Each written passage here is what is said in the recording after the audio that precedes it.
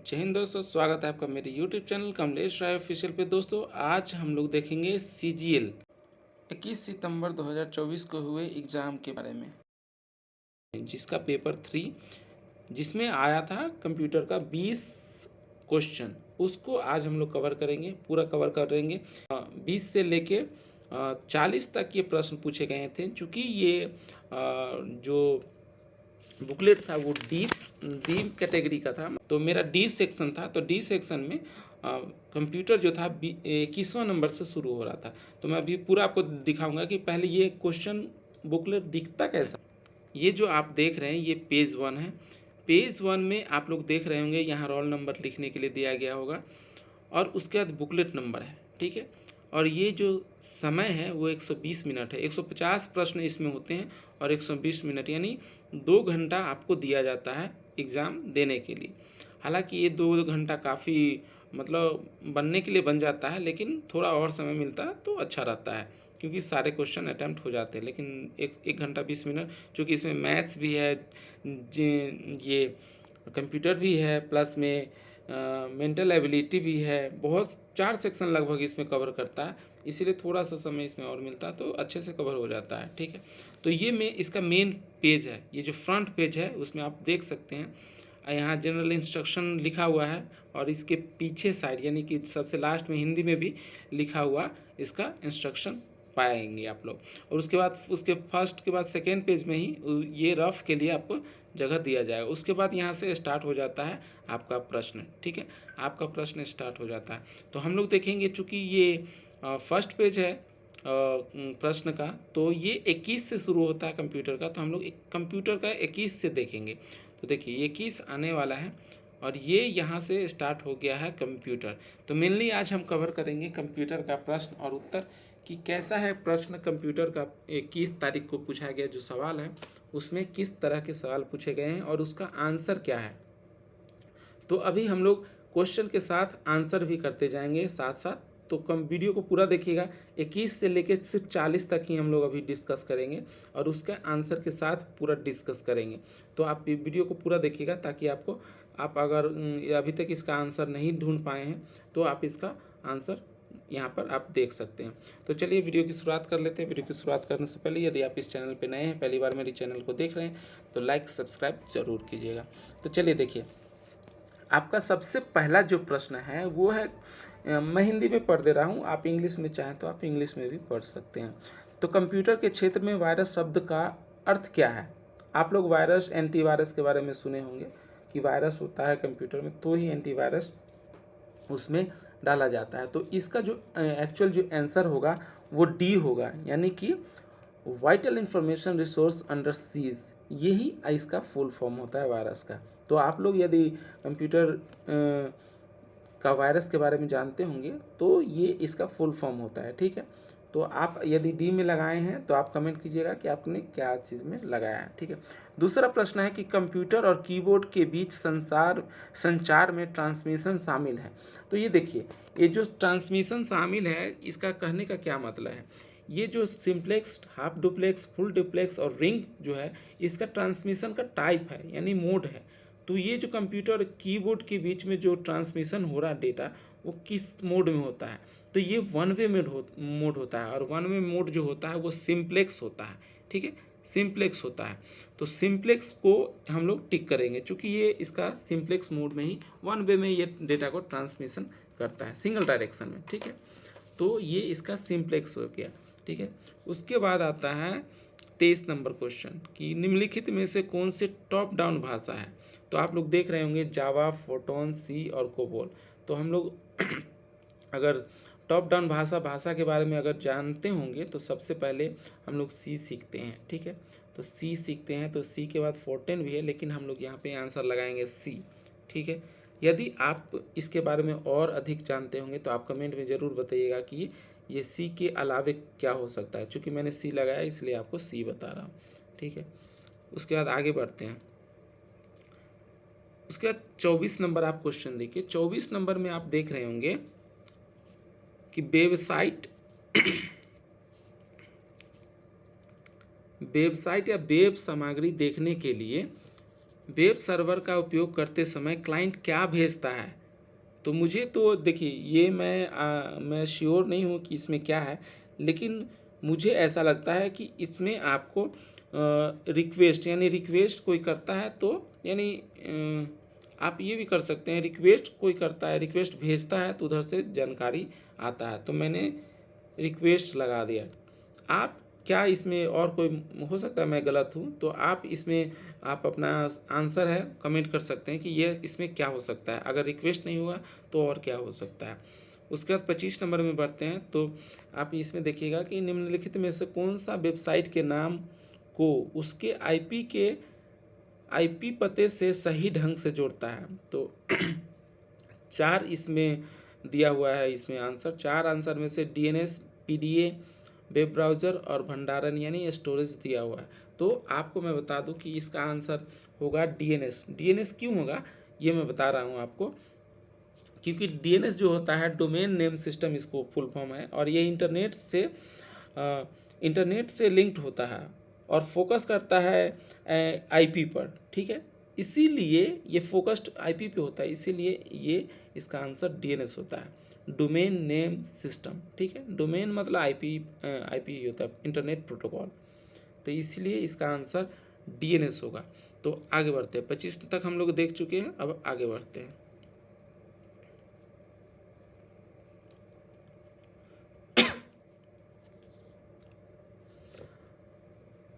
अब देखिए, आपको कहीं से भी ईमेल एक्सेस करने की सुविधा किससे मिलती है? यदि आप कहीं भी what facilitate you to access email from anywhere, कहाँ से आपको ईमेल एक्सेस करने की सुविधा मिलती है? तो मैंने इसमें वेब मेल इंटरफेस लगाया है। आप क्या इसमें इसका आंसर क्या होगा आपके अनुसार, ये आप ज़रूर कमेंट कीजिएगा, क्योंकि मैंने इसमें वेब मेल इंटरफेस लगाया है।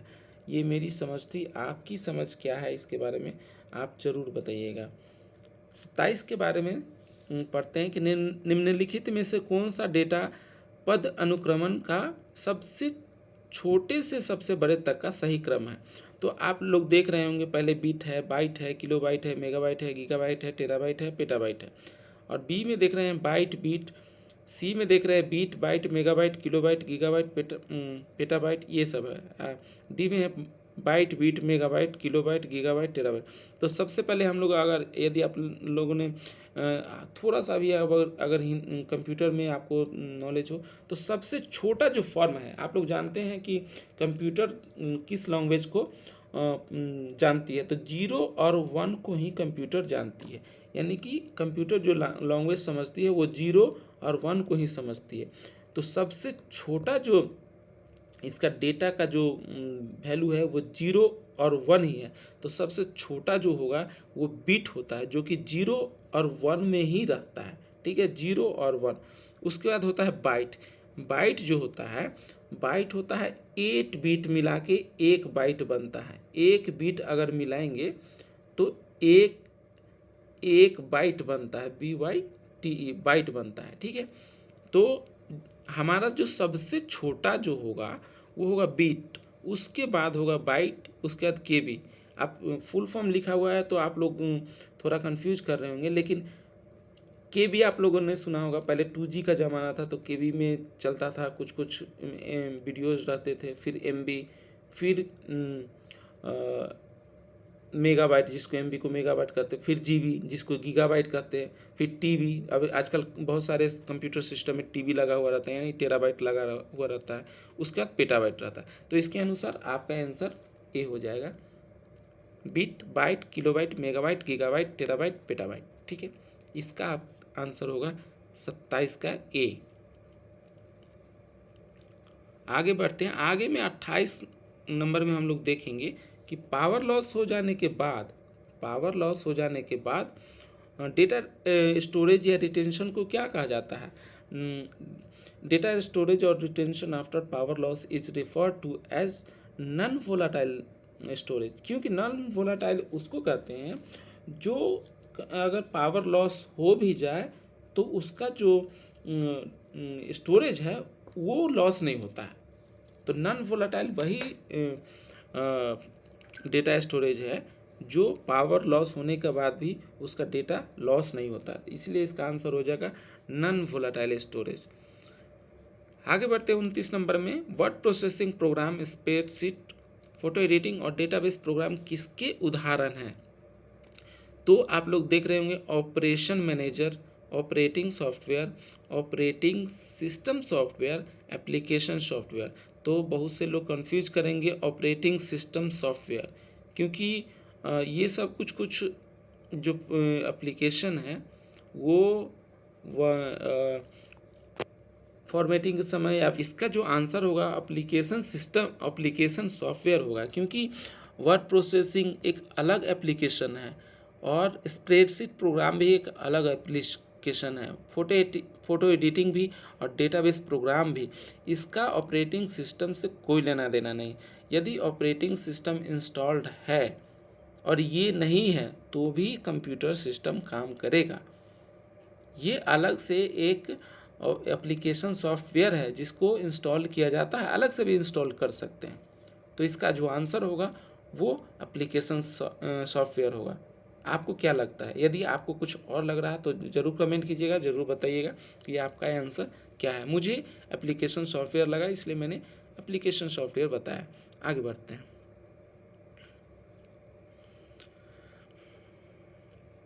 आ गए 30 नंबर, यानी कि रैम कहाँ स्थित है। देखिए, जब आप कभी भी आपने सीपीयू को खोला होगा तो आप उसमें एक जो जितना भी छोटे छोटे जो पार्ट्स लगे होते हैं उसको कहते हैं मदरबोर्ड।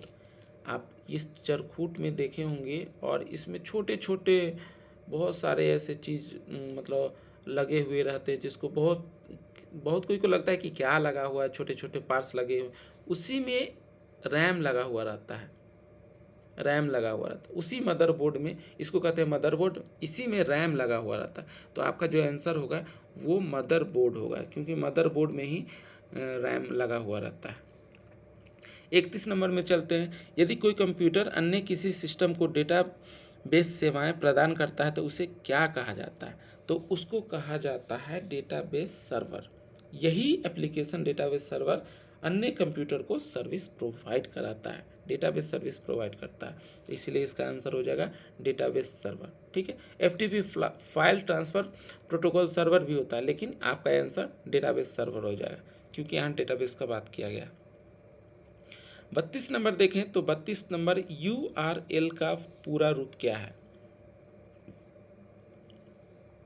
तो आप इसमें देखेंगे uniform resource locator, uniform resource link, uniform register link, uniform resource link. तो सबसे पहला इसका आंसर हो जाएगा आपका यूनिफॉर्म रिसोर्स लोकेटर। यही आपका आंसर होने वाला है, यही इसका फुल फॉर्म होता है। आप इसी को टिक करेंगे यदि आप बना रहे हैं तो।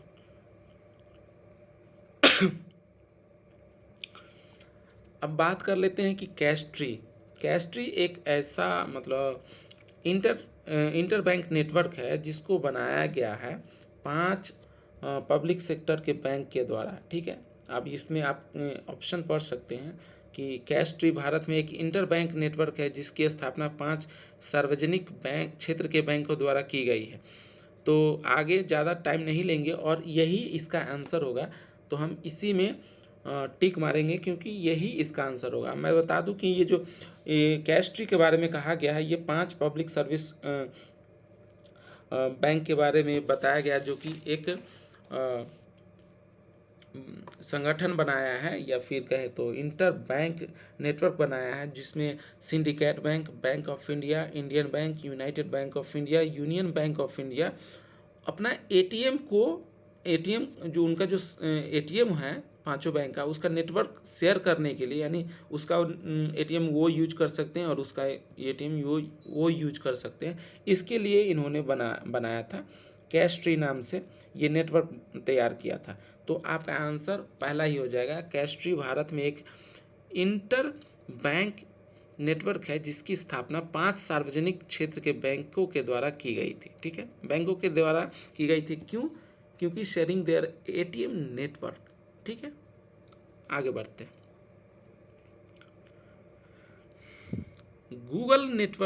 गूगल द्वारा विकसित एआई टूल का नाम क्या है? तो एआई टूल का नाम जो है गूगल द्वारा वो है जेमिनी। ठीक है, आप इसमें अलग अलग इसका परिवर्तित रूप भी है, चैट जीपीटी, इसके बारे में आप पढ़ेंगे तो आपको कुछ पता लगेगा, लेकिन इसका जो एक्चुअल आंसर है वो है जेमिनी। ठीक है, जेमिनी इंग्लिश में, जेमिनाई हिंदी में आप लोग देख रहे हैं, तो इसका जेमिनी आंसर होगा। 35 नंबर देखते हैं। नेटवर्क पर प्रत्येक डिवाइस द्वारा संकेत को संसाधित करने से पहले रखने के लिए आवश्यक समय को क्या कहा जाता है? ये थोड़ा हिंदी में मुश्किल है। What is the time needed by each device on a network to hold the message before processing called as queuing time? इसका मतलब जो कोई भी नेटवर्क पे संदेश को हम लोग भेजते हैं तो वो अपना क्यू में लग जाता है। क्यू के अनुसार, अब चूंकि इतना फास्ट होता है कि सबको लगता नहीं है कि वो नंबर में लगा है, लेकिन क्यूइंग टाइम होता है ये, क्योंकि क्यूइंग टाइम के अनुसार भी वही वो अपना काम करता है। तो इसका आंसर हो जाएगा क्यूइंग टाइम। ठीक है, इसका आंसर होगा जेमिनी, उसके बाद इसका क्यूइंग टाइम। और उसके बाद 36 देखते हैं। इनमें से कौन सा हार्डवेयर डिवाइस इंटरनेट पर ट्रैफिक निर्देशन फंक्शन करने के लिए उपयोग किया जाता है? What is this hardware device is use to perform traffic direction function on the internet? तो इसका आंसर होगा राउटर, क्योंकि यही राउटर है जो कि इंटरनेट को फंक्शन करता है, परफॉर्म करता है अलग अलग डायरेक्शन में। ठीक है, उसके बाद देखते हैं MS एक्सेल में मैक्रो प्रोग्राम लिखने के लिए कौन सी प्रोग्रामिंग भाषा प्रयुक्त होती है? अगर आप प्रोग्रामिंग लैंग्वेज की जानकारी रखते हैं तो आपको पता होगा कि इसका जो यूज़ जो होता है वो विजुअल बेसिक होता है। ये विजुअल बेसिक प्रोग्रामिंग लैंग्वेज है जो कि मैक्रो लिखने में इसकी सहायता करती है। तो इसका आंसर विजुअल बेसिक हो जाएगा। भीम एप्लीकेशन किस संगठन ने विकसित किया था? तो भीम एप्लीकेशन, आप लोग अभी बहुत सारे एप्लीकेशन आ गया, लेकिन ये सरकारी भीम एप्लीकेशन है जो कि मनी शेयरिंग ऐप है। पैसा लेना, पैसा देना, इस नेटवर्क से उस नेटवर्क, यानी इस अकाउंट से उस अकाउंट, बहुत सारे इसके एप्लीकेशन के फंक्शंस हैं। इसको जो विकसित किया था वो है NCPI। जब आप एप्लीकेशन भीम एप्लीकेशन को खोलेंगे तो आपको ये नाम जरूर दिखेगा, NPCI, माफ़ कीजिएगा, NPCI। ये जो आंसर है NPCI है, इसी ने भीम एप्लीकेशन को विकसित किया था। उसके बाद देख लेते हैं 39 नंबर, लास्ट हमारा 2 क्वेश्चन है। 39 नंबर देखते हैं। निम्नलिखित में से कौन सा शैक्षिक सॉफ्टवेयर है, एजुकेशनल सॉफ्टवेयर? तो मतलब पहला एक जो है मतलब के बारे में बात करें तो ये एक ऐसा प्लेटफॉर्म है जो कि प्रोग्रामिंग प्लेटफॉर्म डिजाइन करता है, किसके लिए? इंजीनियर और साइंटिस्ट को के लिए डिजाइन करता है। क्या? तो analyse and design system and product that transform the world. यानी कि बहुत सारे ऐसे वर्ल्ड में जो चीज़ें बन रही हैं, तो इनको इन्हांस करने के लिए साइंटिस्ट और इंजीनियर जिस पे काम करते हैं वो ये सॉफ्टवेयर है। मतलब गूगल अर्थ के बारे में आप जानते होंगे। गूगल अर्थ का आपको बहुत सारा जो ज्योग्राफिकल इमेजेस है आपको देखने को मिलेगा। एकदम लगभग आप हर दुनिया के किसी भी कोने का रोड हो, जगह हो, आप देख सकते हैं। नासा वर्ल्ड वाइड भी मतलब एप्लीकेशन के सॉफ्टवेयर के जैसा ही है ये भी। तो आप ये तीनों लगभग एजुकेशनल सॉफ्टवेयर है, तो आप इसमें उपयुक्त सभी लगा सकते हैं और ऑल ऑफ दी एबव लगा सकते हैं। ये आंसर होगा। और 40 नंबर में देख लेते हैं कि वर्तमान में निम्नलिखित में से कौन सा सबसे तेज भारतीय सुपर कंप्यूटर है? तो सबसे तेज भारतीय कंप्यूटर जो सुपर कंप्यूटर है वो ऐरावत है। तो 40 नंबर जो है, 40 नंबर तक का जो क्वेश्चन है, 21 से लेके 40 तक 20 नंबर यानी 20 क्वेश्चन हमारा कंप्यूटर से पूछा गया, यानी कि 20 गुने 30, 20 नंबर है, 20 क्वेश्चन है, हर एक क्वेश्चन का 3 नंबर है। तो यानी 20 ये 60 नंबर का ये प्रश्न आपको पूछा गया था झारखंड CGL 21 सितंबर 2024 के एग्ज़ाम में। 40 के बाद दूसरे सब्जेक्ट का प्रश्न है, उसको भी आगे करेंगे लेकिन नेक्स्ट वीडियो में। यहाँ तक यदि आपने वीडियो को पूरा देखा है तो आप इस चैनल को लाइक कर सकते हैं, सब्सक्राइब कर सकते हैं और शेयर भी कर सकते हैं आप अपने अन्य मित्र के पास। तब तक के लिए जय हिंद।